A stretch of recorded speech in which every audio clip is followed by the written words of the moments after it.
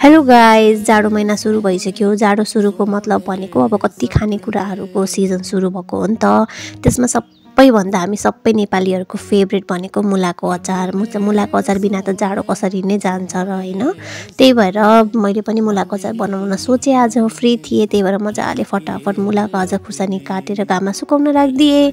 घाममा सुकिसकेपछि मैले पनि मजाले भाटोमा राखेर अनि पहिला तोरीलाई भुटेँ। तोरी भुटेपछि रातो खुर्सानीलाई पनि भुटेँ अनि तेल पनि तताउन छाडिदिएँ। खुर्सानी चाहिँ मैले कम भुटेको राखेँ किनभने पिरो कम खान्छ र हरियो खुर्सानी पनि बेसी नै मैले राखेको छु नि त। त्यही भएर अनि एउटा भाँडामा सुकेको मुलाहरूलाई राखेर त्यसमा चाहिने मरमसला, नुन, खुर्सानी, बेसार भयो अनि तातो तेल अनि जिरा धनियाँ पिसेको तोरीलाई खुर्सानीलाई राखेर मजाले रोमले मसला मजाले जताततै हुने गरी त्यसलाई मुस्ने। त्यसपछि एउटा डब्बामा मजाले भर्ने, माथिबाट थोरै तेल पनि राखिदिने अनि घाममा 6-7 दिनलाई सुकाइदिने।